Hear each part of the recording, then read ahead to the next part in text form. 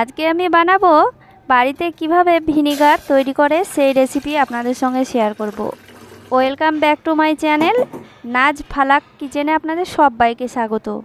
তবে চলুন বন্ধুরা, কিভাবে আমি বাড়িতে 3টি উপকরণ দিয়ে ভিনিগারটা তৈরি করি তো দেখে নিই। আর বন্ধুরা স্কিপ করে দেখবেন না, অনুরোধ রইল। তো বন্ধুরা চলুন এই ভিনিগার রেসিপিটা কিভাবে আমি বানাই। তো দেখতে পাচ্ছেন এখানে নিয়েছি সাইট্রিক অ্যাসিড, নিয়েছি লবণ আর নিয়েছি লেবু।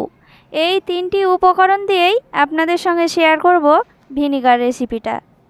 তবে চলুন দেখে নিই।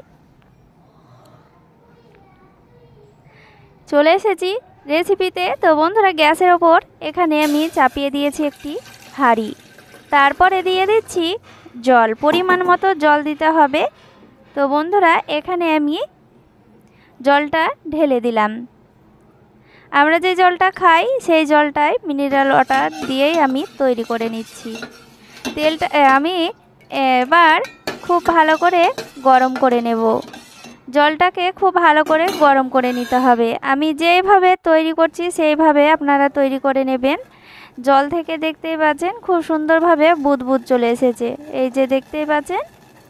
আর একবার নাড়াচাড়া করে নিচ্ছি। তো দেখুন এইভাবে আমি আর একবার নাড়াচাড়া করে নেওয়ার পর এখানে আমি দিয়ে দেব লবণ।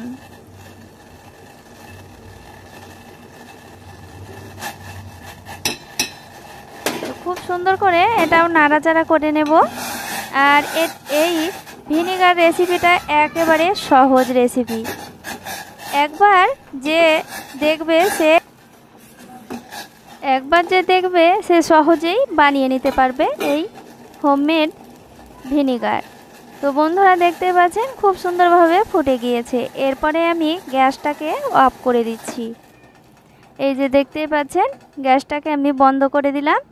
এরপরে আমি জলটাকে এই হাতা দিয়ে এইভাবে খুব ভালো করে আমি ঠান্ডা করে নেব।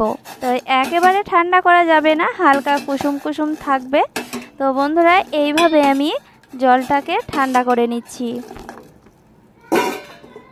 তো জলটা দেখতেই পাচ্ছেন বন্ধুরা এইভাবে আমি ঠান্ডা করে নিয়েছি। এই যে দেখুন হালকা গরম আছে, কুসুম কুসুম। তো বন্ধুরা এরপরে আমি দিয়ে দেব সাইট্রিক অ্যাসিড। এই সাইট্রিক অ্যাসিড যে কোনো মুদিখানা দোকানেই পাওয়া যায়, পুরাতন মুদিখানা দোকানে পাওয়া যাবে, অনেক দিনকার মুদিখানা দোকানে, সেই দোকানেই পাবেন। তো বন্ধুরা এরপরে আমি নাড়াচাড়া করে নিচ্ছি। আর এই 3টি উপকরণ দিয়েই ভিনিগারটা তৈরি। তো বন্ধুরা এরপরে আমি দিয়ে দিচ্ছি 1 পিস লেবু। এটা কাজকি লেবু। তো লেবুটাকে আমি এভাবে চিপে নিচ্ছি। আর বন্ধুরা আমার চ্যানেলে যদি আজকে প্রথম হয়ে থাকেন প্লিজ সাবস্ক্রাইব করে পাশে থাকবেন। আর পাশে থাকলে অবশ্যই আমিও আপনাদের পাশে থাকব। আর যারা আমার চ্যানেলে প্রথম থেকে বন্ধু হয়ে আছেন তাদেরকে অসংখ্য অসংখ্য ধন্যবাদ জানাই। তো বন্ধুরা দেখতেই পাচ্ছেন লেবুটাকে আমি চিপে নিলাম। এরপরে আমি নাড়াচাড়া করে নিচ্ছি।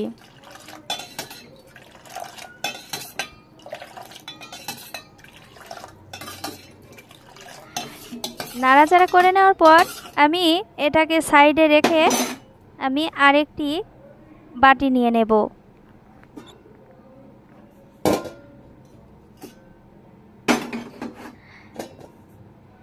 আর একটি নিয়ে নিচ্ছি ছাকনা। তো দেখতেই পাচ্ছেন এই ছাকনা দিয়ে আমি এবার জলটাকে ছেঁকে নেব, মানে ভিনিগারটা ছেঁকে নেব। এই যে দেখতেই পাচ্ছেন ছেঁকে নিচ্ছি, কারণ লেবুর যে দানাগুলো পড়ে আছে সেগুলো আমি এই যে দেখতেই পাচ্ছেন এগুলো তুলে ফেলে দিলাম। তো দেখতেই পাচ্ছেন বন্ধুরা কত সহজে রেডি হয়ে গেল ভিনিগার। বাড়িতে একেবারে এইভাবে আপনারা তৈরি করে নেবেন। আর ভিনিগার আমাদের অনেক কিছুতেই কাজে লাগে। আমরা চিকেনে দিই, তো চিকেনে দিয়ে ভিজিয়ে রাখতে হয় আধা ঘন্টা, মানে গন্ধটা, চিকেনের গন্ধটাও চলে যায়। আবার নুডলসেও দেওয়া হয়, অনেক কিছুতেই দেওয়া হয়। তো বন্ধুরা, এইভাবে বাড়িতে আপনারা ভিনিগার তৈরি করে নেবেন। আর দেখতেই পাচ্ছেন আমি একটি ভিনিগারের কোটো নিয়েছি। এই কোটোটা ফাঁকা ছিল, তো বন্ধুরা এই কোটোতে আমি ঢেলে নিচ্ছি। এই যে দেখতেই পাচ্ছেন রেডি হয়ে গেল, কতটা সুন্দরভাবে বাড়িতে তৈরি করে নিলাম ভিনিগার। তো বন্ধুরা, ভিনিগার রেসিপিটা আপনাদের ভালো লাগলে অবশ্যই লাইক কমেন্ট শেয়ার করবেন। আর বেশি ভালো লেগে থাকলে আত্মীয় স্বজন বন্ধুবান্ধব সকলকে শেয়ার করে দিতে পারেন। তো সবাই ভালো থাকেন, ধন্যবাদ।